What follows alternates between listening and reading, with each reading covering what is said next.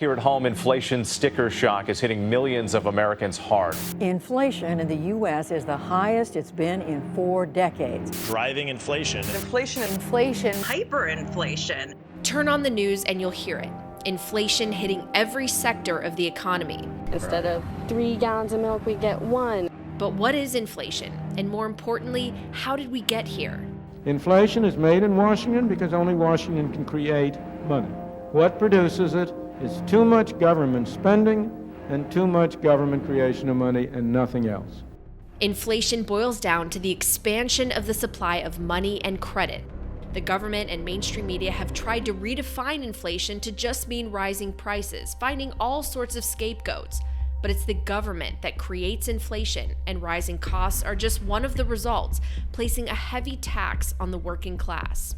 I think in 2021, our central bank let us down quite badly. It was confidently dismissing concerns about inflation as transitory. From President Biden to Fed Chair Jerome Powell, American leaders say inflation is their #1 priority. In order to tame it, we've seen hiking interest rates amid record debt levels and attempts at destroying demand without initiating a deflationary bust. But in June, the CPI in the U.S. that was supposed to be transitory hit a new high of 9.1%. So when will inflation finally cool? Or will we see stagflation for months or years to come? Inflation numbers in 21, which we will see rising, are of a temporary nature. That was European Central Bank President Christine Lagarde speaking just a year ago about global inflation numbers. Today, inflation in Europe has hit record levels, prompting what's supposed to be the first interest rate hike in the Eurozone in a decade. If you simply print lots of money at a time when you're producing less, you've got a classic case of too much money chasing too few goods, and the result of that is inflation. The last 2 years have been a perfect storm of inflationary chaos sparked by pandemic lockdowns that crunched supply chains and central bank monetary policy of printing on overdrive. As you zoom out to other countries around the world, to emerging markets and developing nations dependent on the dollar, inflation numbers are even more staggering, prompting civil unrest as the cost of living becomes unsustainable.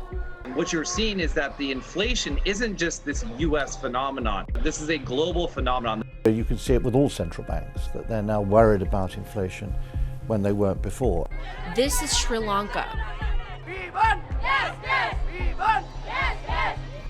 Similar scenes playing out in Peru, Greece, Sudan, Argentina, Lebanon, Pakistan, and elsewhere as people around the world are reacting to the shockwaves of skyrocketing food, shelter, and gas prices, of basic necessities that are now growing scarce in a world of abundant money.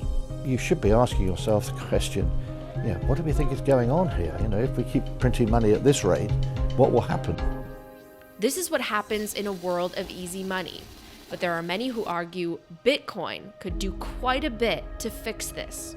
How is inflation congruent with humanity thriving in a technology-driven world? Bitcoin is the most hopeful path.